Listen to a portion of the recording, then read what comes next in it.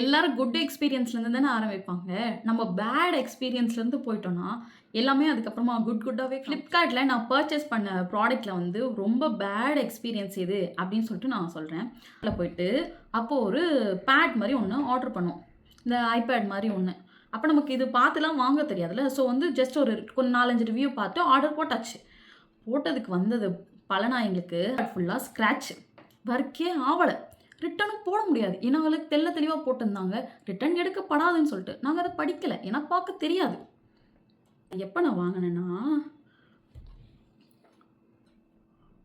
November 14, 2020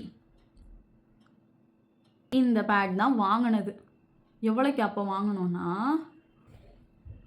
₹6,998க்கு வாங்கியிருக்கோம் அப்ப.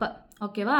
GB RAM, 16 GB ROM, 17 inch இது நிறைய இது ரீசெண்டா பார்த்தேன். பழசா வாங்கின எதுவுமே வந்து இப்போ நிறைய டீலர்ஸ் இல்ல போல இருக்குது. பேட் ரிவ்யூஸாலே எதனால போயிருக்காங்களோ எனியோ நோட்டிஃபைல தான் இருக்குது.